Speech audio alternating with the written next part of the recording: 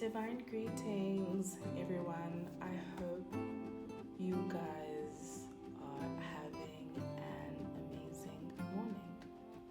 So, here we are again talking about the law of assumption with regards to South African perspective. And last time I explained what the law of assumption is and why I feel like it may be hard for people living in South Africa to understand it, let alone grasp the concept of it. Because for most people, for the majority of South Africans, affirmations, manifestations, and getting what you want is foreign. Most people had to work to get where they are. So for today, I want us to go deep into this, So law of assumption, ancestral alignment, and apartheid. So by definition, apartheid is the racial segregation enforced by the NP government in South Africa from 1948 to 1994. And before that, there was colonialism. I just forgot to write which year it took place in South Africa, because it was colonialism and then it was apartheid, and there was also so it began in 1652. Pity my calculator is very far. So when I was writing down my notes about apartheid and colonialism, classifying citizens by race and denying people of color basic human rights, I saw that as a root chakra attack. Because if we talk about your basic human rights, we are talking about your freedom to exist on earth and your freedom to live, your freedom to go about your life, your freedom to eating, your freedom to having a safe place to sleep in, having a safe place to exist in as a person. And then when I looked at the political representation, I thought of the throat chakra. That, politically South Africans were not free, and they were, in fact, our ancestors were not free. They were controlled. So when someone controls your voice, your words, it is a third chakra attack. That freedom of movement, a root chakra attack. Imposing forced removals and creating homeland, it's another root chakra attack. The domination of the settlers, stripping our ancestors of their citizenship in their land, is another root chakra attack. Colonialism, exploiting a country economically, its resources, is another root chakra attack. And so the taking control of foreign land for our resources, once again, you're attacking the root. If we come to apartheid again, the supremacy of racial groups deemed not worthy, that is the attack of the third chakra, taking away their voices. So our ancestors were stripped of their voices. They were stripped of their freedom to exist in the world. People they don't know, they've never talked to, they never met, came here and told them that the way that they're living is not civilized. And this always makes me upset because I'm like, when colonialism started in 1652, South Africa was not just filled with children, and what I'm trying to say about that is that our ancestors, they were old people, they were children, they were teens, young adults, they were old people who had their own thought processes and their own anatomy. So you are trying to tell me that the people that existed, like our ancestors that existed way before, the life that they were living was not it, and they were told this by foreign people, by settlers. It was not their fellow South Africans from another different tribe. It was by people who have a different skin color from them. And then when these people came, they did not come with love, warmth, peace. They came with hatred. They wanted our paradise for themselves. So, root chakra attack. The root chakra is one of the most important chakras because there are 7 chakras. So all your chakras from the 2nd to the 7th, they all lie on the root chakra. So now, for example, you're building a house. What is important? What is one of the main things that is important when you're building a house? When you're building a house, the foundation is very important. What you lay down before you put the walls and everything is very important. That is what happens with the root chakra. You need to work on your root chakra. The root chakra is important. It is there to ground you. It symbolizes or is linked to your safety, to your resources, to your sustainability, to your vessel. To your vessel. And I remember something that I wrote about how Amazulu, the name Amazulu have for your ancestors, Abapans. So Abapans, it does not really mean ground. Abapans, it means, the way I saw it, it means your foundation. It means your roots.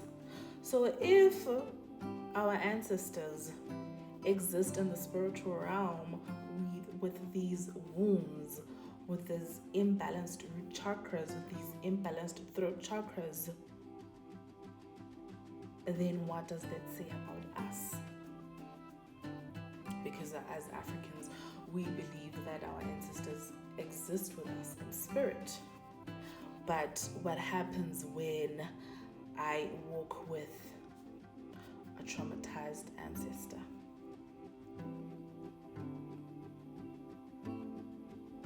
So if we say that, not even if we say, so the thing is, the root is imbalanced because of what our ancestors experienced.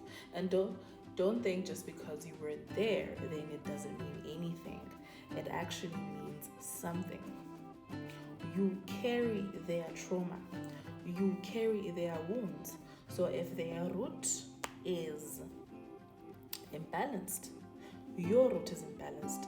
If your throat is imbalanced, if their throat is imbalanced, your throat chakra is imbalanced.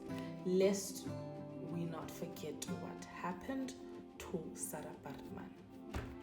what happened to Sarah Bartman then affects our wombs, because she experienced a lot of sexual trauma. Also, I'd like to think that she experienced body dysmorphia, because everyone was like, what is this body? What is this? What is this? Who is this person? So we carry that. And our wombs, they are storages. I wish I could put this in English, but in Xhosa, I'm sorry if you don't understand. Izibeleko zethu ziyakhongozela. Yes, ukukhongozela is when you open your hands, like when you're about to receive and you put your hands together, ukukhongozela, that's what you're doing. So our wombs, sorry, I like that. They store. We are receivers. Our wombs are receivers. So we stored that pain, everything that our ancestors went through. We have stored it. Now my question is, how can you affirm from that trauma and wound? How can your ancestors affirm? How can you feel safe? How can your ancestors feel safe? How can you appreciate your vessel? When our ancestors were mocked for their skin color, for how they live, their bodies, their hair. Now, for a second, let's say you are feeling very skeptical about all of this, but like for a second, imagine yourself existing at that time. And let's just say Njiba, from 1652 till today, you're still alive. Just think and ponder on that. Okay, actually, how do you think that would have affected you? We see how we act during friendship breakups, how we act after we break up with our partners, significant others, those horrible, painful areas in our lives, the grief of losing a parent. You carry it with you. The grief of losing a loved one, you carry it. It could be 10 years later and you're still going to remember that person, and you'll find yourself crying about it. You'll find your day ruined over that, and it will feel like you're back to square one. So imagine you experienced colonialism, you experienced apartheid, you experienced the 1960 Sharpeville massacre, and you are now in 2026. No healing, no nothing, no acknowledgement of everything that happened. And I'd like to think that our ancestors, my ancestors, were very brilliant people. They had everything. They had the tools to fend for themselves. They had the tools to think for themselves. They had the tools to heal themselves. But everything was taken away. It was done mentally. It was done emotionally. It was done physically. It was done financially. It was done spiritually. Your spiritual life is very important, and they know that. That is why them coming here was very calculated. They knew what to do. They knew what to say. They knew what was very important to say. And my thing is, I'm not mad at my ancestors. I'm not mad at my ancestors I am not mad at my ancestors who decided to transition into Christianity. I'm not mad at them. because there was more work to done. And this is why I always say kudos to my ancestors. I always take my hat off for them, because they are the true energy workers. They are the true alchemists. They were able to transmute, to transform, to alchemize their gifts into Christianity. And that is why we now have these African churches. If you went to an African church, you're going to see that, oh, okay, there is an aspect of a Christianity, but it is combined with spirituality. This is why we see a link between spirituality and African Christianity, or African churches, if I could put it that way. Our ancestors told themselves that we're not going to back down, we're not going to go anywhere, this is our land, we're going to come back sometime. Whether through our descendants or through reincarnation, we're going to come back. Right now, what we can do is we can be strategic and transmute and transform and blend in, because they understood that they still had unfinished business and they could not give in. So, ancestral alignment. So, thing is, what I'm trying to say here is that the law of assumption, it's not something in the distant future. It's not woohoo magic, being Delulu. Delulu is the Solulu. Yes, Delulu is the Solulu, but it's not impossible.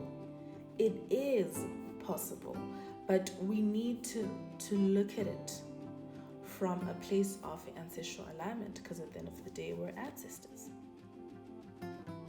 Sorry about that. At the end of the day, our ancestors are our anchors. That is how things work. As Africans, thina bantu bomqoba, thina bantu bantsundu. That is how it works. That, oh, okay, we walk with these people. We walk with their energy, with their spirits, so, and we carry their traumas, their pain, their wounds. So now we need to work on that. We need to address certain issues. We need to find our places in our own families, because if you can't speak up for yourself at home, how are you gonna speak up for yourself in the world? How can you affirm? How can your ancestors affirm? How can you feel safe? How can your ancestors feel safe? So before, you can't, not even before, with your journey into learning about law of assumption and, tapping into law of assumption, manifesting, affirming, quantum leaping and everything, I say that as an African, at the back of your mind, these questions need to be there, and they need answers, and action needs to happen. How can you do that? You can do that through healing your root. You can do that through healing your sacral and working on your third, and acknowledging that these wounds actually exist within you. Take me, for example. I know that my root it's the most chakra that I am always focusing on. And I can see the root chakra imbalance play out in my life. I can see it play out in my family. I can see it play out in my ancestors. But with my ancestors, it has actually gotten better, because I was able to believe in myself. I was able to stand up for myself. I was able to remove the fear. I was able to ground myself. I was able to find myself by, oh, okay, I am an African. I am this person and I deserve a place in the world. I look beautiful. My body looks beautiful. My hair is beautiful, long, thick, and mesmerizing, and all those sorts of things. And I was not scared to share myself with the world spiritually. Yes, you can share yourself physically and everything, but spiritually, that takes gut, strength, and courage. So when I stood up and talked to myself and worked on myself and healed myself, my ancestors also stood up. And I know that wherever they are right now, they're feeling good, they are healed. So in my life, yes, we can say that healing doesn't happen 100%, but in my life at the moment, there are no destructive, dysfunctional patterns. Day by day, I'm reflecting. Day by day, I'm giving myself space to be and to exist with these wounds and everything. And now they also push me to be like, girl, you need to listen to this, you need to reflect on this, do this. So now they're also active in my healing because they saw that when I heal, they also heal. Because their blood runs in my blood and in my body.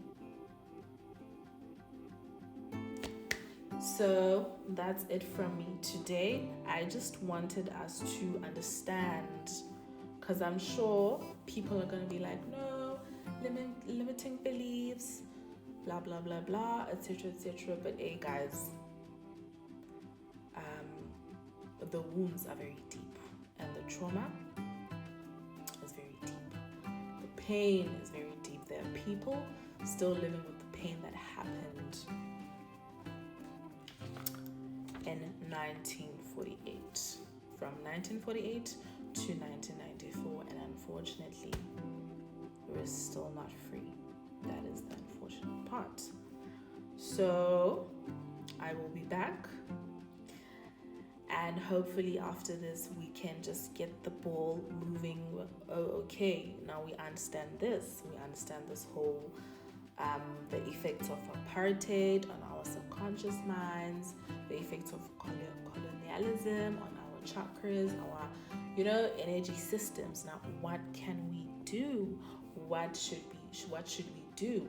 And that is what we will be talking about in the next session of ancestral alignment, law of assumption, ancestral alignment, and manifestation and affirmations. I forgot my slogan or whatever.